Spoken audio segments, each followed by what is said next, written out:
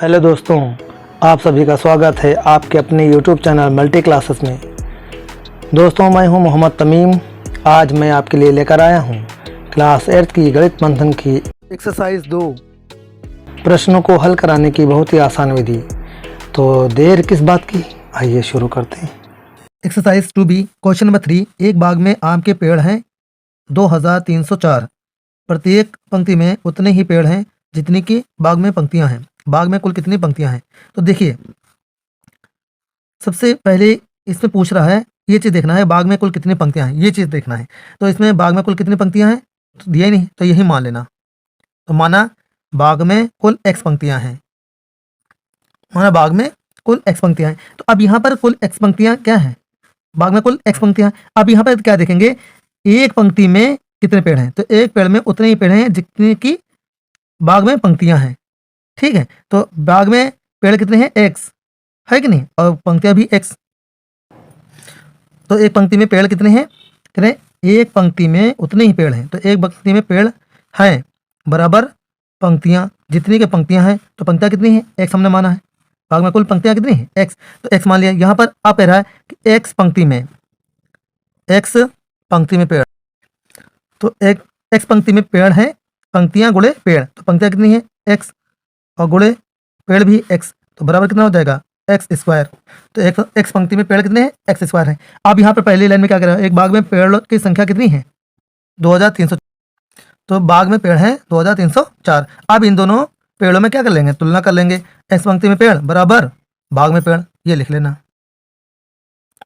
बाग में पेड़ बराबर एक्स पंक्ति में पेड़। तो बाग में कितने पेड़ हैं? 2304, और एक्स पंक्ति में पेड़ कितने हैं? X square.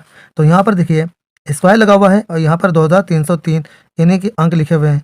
तो अंक को ऐसे उतार लेना और उस से बराबर लिखा है, बराबर लिख देना, एक्स लिखा हुआ है, एक्स लगा देना। यहाँ से स्क्वायर हटेगा तो इसके ऊपर अंडर रूट लगेगा। ठीक, आप इसका वर्गमूल निकाल लेना। तो इसका क्या कर लेना? फैक्टर कर लेना। ठीक, फैक्टर कर लेते हैं 2304 के, तो आएगा 2304। अब इकाई का अंक 4 हो तो 2 लिखेंगे, 2 से इसको डिवाइड करेंगे। 2 एकम 2, 2 एकम 2, 2 पंचे 10, 2 दूना 4, फिर 2 से डिवाइड करिए। 2 पंचे 10, 2 सत्ते 14, एक बच गया ना, इसके आगे लगा दो 15 हो जाएगा, 15, 2 सत्ते 14। अब फिर एक बच गया, तो इस 2 के आगे लगा दो हो जाएगा 12, 2 छंग 12, फिर 2 से काटिए। 2 दूना 4, एक बच गया, 17 हो गया, 2 अठी 16, फिर 2 अठी 16, फिर 2 से डिवाइड कीजिए। 2 एकम 2, 2 चक्कू 8, 2 चक्कू 8, फिर 2 से काटिए। 2 सत्ते 14, 2 दूना 4, फिर 2 से काटिए। 2 तियाँ 6, 2 चंग 12, फिर 2 से काटिए। 2 एकम 2, 2 अठी 16। अब फिर क्या करना है? 2 से काटिए। 2 नवा 18, 3 से काटिए। 3 तिरका 9, फिर 3 से काटिए। 3 एकम 3। ओके, इस तरीके से इसके फैक्टर कर लेते हैं। अब फैक्टर करने के बाद सीधे क्या करेंगे, इनके फैक्टर लिख लेना अंडर रूट के अंदर ही। तो सीधे अंडर रूट क्या लिखा है? अंडर रूट 2 कितनी बार आया है? 1 2 3 4 5 6 7 8 बार। तो ऐसे ही 8 बार लिख लेना।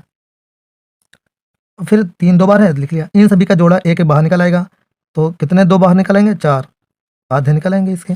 8 है, 8 के आधे 4, और 3 का एक जोड़ा निकालेंगे, बराबर एक्स लिखा हुआ लिख लेना। अब इनका आपस में गुणा कर लीजिए। 2 दूना 4, 4 दूनी 8, 8 दूनी 16, 16 तियाँ 48। तो उस पंक्ति में कितने पेड़ होंगे? पंक्तियाँ कुल कितनी होंगी? 48 पंक्तियाँ होंगी। आता है तो सीधे जो हमने माना था वही ऊपर लिख देना। आता हमें सीधे क्या लिखोगे? अतः बाग में कुल x की जगह क्या लिखेगा? 48 पंक्तियाँ होंगी। ओके, यही आपका आंसर, दैट्स ऑल।